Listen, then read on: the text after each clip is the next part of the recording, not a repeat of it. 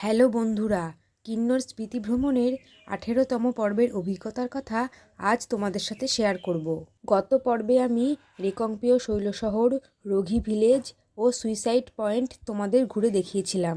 এই পর্বে কল্পার বিখ্যাত চিনি গ্রামের হুবুলঙ্কার মনাস্ট্রি, নারায়ণ নাগিন মন্দির ও কল্পার বিখ্যাত আপেল বাগান তোমাদের ঘুরে দেখাবো। ঘুম থেকে উঠেই ভোর 5টার সময় চলে এসেছি হোয়াইট নেস্ট হোটেলের ছাদে, কিন্নর কৈলাসের বুকে অকৃত্রিম সূর্যোদয়ের সাক্ষী থাকবার জন্য। সূর্যোদয়ের পাশাপাশি পরিষ্কার দেখেছিলাম 80 ফুটের মাউন্ট শিবলিঙ্গ। কিন্নর কৈলাসের বুকে কল্পা যেন এক টুকরো স্বর্গ। মন ভোলানো প্রকৃতি কল্পার প্রধান সম্পদ। সূর্যোদয় শুরু হচ্ছে, সূর্যের প্রথম রশ্মি এসে পড়েছে কিন্নর কৈলাসের বুকে। বহু বছরের অপেক্ষার অবসান। সাক্ষী থাকলাম কিন্নর কৈলাসের বুকে সূর্যোদয়ের। দেখতে পেলাম ক্ষণে ক্ষণে রং বদলানো শৃঙ্গগুলিকে। চোখের সামনে রালডাং, কৈলাস, জোরকান্ডেন ইত্যাদি নানান শৃঙ্গ, আর পিছন থেকে উকি দিচ্ছে মাউন্ট শিবলিঙ্গ। ইতিমধ্যে আমার টিম মেম্বাররাও সকলেই ছাদে এসে উপস্থিত হয়েছে এই বিশেষ মুহূর্তের সাক্ষী থাকবার জন্য। হোটেলের পিছনেই ছিল এই রকম ঘন আপেল বাগান, যা ছাদ থেকেই দেখা যাচ্ছিল। সূর্যের আলো বাড়ার সাথে সাথেই রূপ বাড়ছিল শৃঙ্গগুলির। কিন্নর কৈলাস থেকে নেমে আসা হিমেল হাওয়ার সাথে পাঙ্গালোরে প্রায় 2 ঘন্টা ছাদে কাটিয়েছিলাম। এরপর রুমে ফিরে এলাম, কারণ এত ঠান্ডায় একটু কফি না হলে আর চলছিল না। রুমে থাকা ইলেকট্রিক কেটেল দিয়ে জল গরম করে নিজেই কফি বানিয়ে নিলাম। আর কফি তৈরির সরঞ্জাম আমি বাড়ি থেকে ক্যারি করেছিলাম, যা স্পিতি ট্যুরের প্রথম ভিডিওতে আমি আমার লাগেজ প্যাকিংয়ের সময় তোমাদের দেখিয়েছিলাম। আমাদের রুম লাগোয়া ব্যালকনি থেকে কিন্নর কৈলাসের রূপ দেখতে দেখতে চা খেয়ে নেমে এলাম নিচে, কল্পার বিখ্যাত আপেল বাগান ঘুরে দেখবার জন্য। কল্পায় এলে আপেল খাওয়া মাস্ট, কারণ এখানকার রয়্যাল ও গোল্ডেন অ্যাপেলের খ্যাতি বিশ্বজোড়া। ফলে দিনভর আপেল বাগানে ঘুরে ঘুরেই সময় কেটে যাবে। তার মাঝেই দেখা যাবে আপেল রপ্তানি নিয়ে ঠিকাদারদের ব্যস্ততা। বাগান থেকে আপেল পেড়ে এনে একটি নির্দিষ্ট জায়গায় রাখা হয়, তারপর চলে প্যাকিংয়ের কাজ। বাক্সবন্দি হয়ে কুইন্টাল কুইন্টাল আপেল পাড়ি দেয় ভারত তথা বিশ্বের দোরগোড়ায়। সকালের সূর্যের আলো ঠিকরে পড়ছে কল্পার প্রতিটি কোণায়। শুনেছিলাম প্রায় 30 বছর আগে এখানে শুধুই গোল্ডেন অ্যাপেলের চাষ ছিল, ছিল না কোনো রয়্যাল অ্যাপেলের গাছ। তবে এখন সময়ের সাথে তাল মিলিয়ে কল্পায় গোল্ডেন অ্যাপেলের চাষ অনেকটাই কমে গিয়েছে। তবে এখন গোটা কল্পা জুড়ে রয়্যাল অ্যাপেলের রমরমা বাজার। সকাল 8টার কল্পার চারিদিকের ভিউ ছিল কিছুটা এই রকম। 9711 ফুট উচ্চতায় অবস্থিত এই কল্পা কিন্নর কৈলাসের বুকে একটি ছোট্ট পাহাড়ি গ্রাম। কল্পাকেই বলা হয় কিন্নরের রানী। রানী যখন বলা হয়, তার রূপ তো রানীর মতোই হবে। সাতলুজ উপত্যকায় অবস্থিত এই গ্রামে এসে দাঁড়ালে বোঝা যায় কেন একে কিন্নরের রানী বলা হয়।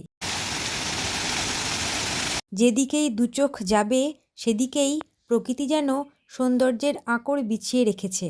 ওই যে দূরে দেখা যাচ্ছে সাদা রঙের বিল্ডিংটা, আমাদের হোটেল হোয়াইট নেস্ট। এই যে এটা।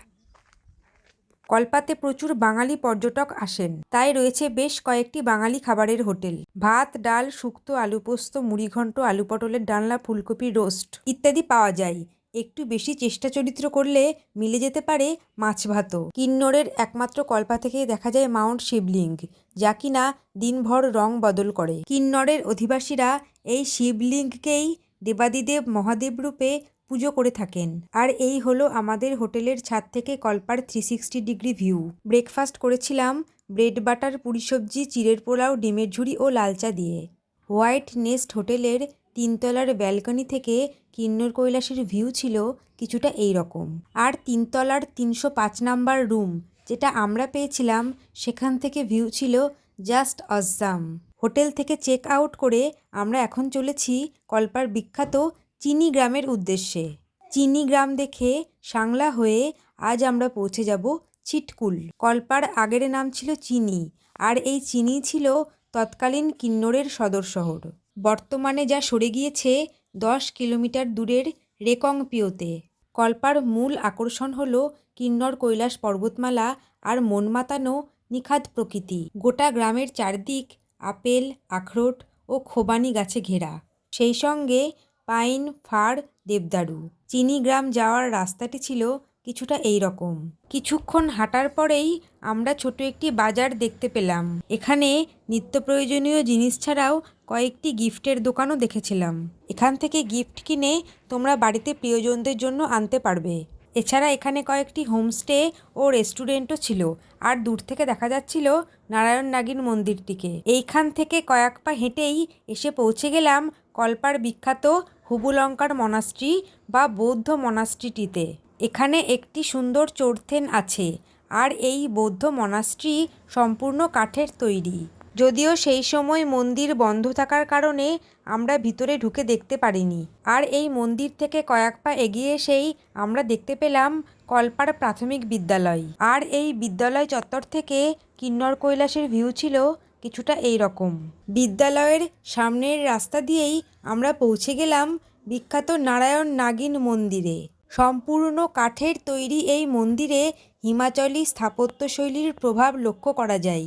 ভগবান বিষ্ণুর 10 অবতার কাঠের মধ্যে খোদাই করে ফুটিয়ে তোলা হয়েছে এখানে। এই মন্দির চত্বর থেকেই দূরে দেখতে পেয়েছিলাম কল্পা গ্রামের ভিতর অবস্থিত আমাদের হোটেল হোয়াইট নেস্ট। 5000 বছরের বেশি পুরনো এই মন্দির ভারতীয় পুরাণ এবং মহাভারতের তাৎপর্য বহন করে। ফেরার পথে আবারও প্রাথমিক বিদ্যালয়ের সামনে দিয়ে যাওয়ার সময় দেখতে পেয়েছিলাম বিদ্যালয়ের কিউট বাচ্চাগুলিকে। ওদের ছবি তুলছিলাম বলে ওরা আমাদেরকে দেখে বেশ লজ্জা পেয়ে যাচ্ছিল। মনে হচ্ছিল আবারও যদি এই বিদ্যালয়ে পড়তে পারতাম। সত্যি শৈশব কতই না সুন্দর। আর কিন্নর কৈলাসকে দেখে আমার তো মনই ভরছিল না। এখানে কিছুক্ষণ সময় কাটিয়ে আমরা চলে এলাম কল্পা বাসস্ট্যান্ডে, যেখানে আমাদের গাড়ি আমাদের জন্য অপেক্ষা করছিল। এখানে পাঞ্জাব ন্যাশনাল ব্যাংকের একটি শাখাও রয়েছে, আর এই রাস্তা দিয়েই আমরা এসেছি কল্পা বাসস্ট্যান্ডে। আর হ্যাঁ, কল্পাতে যত আপেল বাগান দেখালাম, কোনো বাগানের আপেলেই কিন্তু হাত দেওয়ার নিয়ম নেই। চাইলে কিনে খাওয়া যেতেই পারে, কিন্তু বাগানের আপেলে হাত দেওয়া সম্পূর্ণরূপে নিষিদ্ধ। কারণ বছরের প্রথম আপেল তারা ভগবানকেই অর্পণ করে। বাসস্ট্যান্ডেরই একটা ছোট্ট দোকান থেকে চা দিয়ে একটু গলা ভিজিয়ে নিলাম। রেকংপিও থেকে যে পথ ধরে আমরা কল্পা এসেছিলাম সেই পথেই আবারও যাত্রা শুরু করলাম। রেকংপিও ও পাওয়ারি মোড় হয়ে আজ আমরা পৌঁছে যাব চিটকুল। পথে দেখে নেব শতদ্রু ও বস্পা নদীর ওপর নির্মিত বিখ্যাত করছাম ড্যাম, সাংলার কামরু ফোর্ট ও বদ্রী বিশালজির মন্দির। এ সব কিছুর ভিডিও নিয়ে খুব তাড়াতাড়ি আসছি পরের পর্বে। ততক্ষণ পর্যন্ত সকলে সুস্থ থেকো, ভালো থেকো আর সঙ্গে থেকো।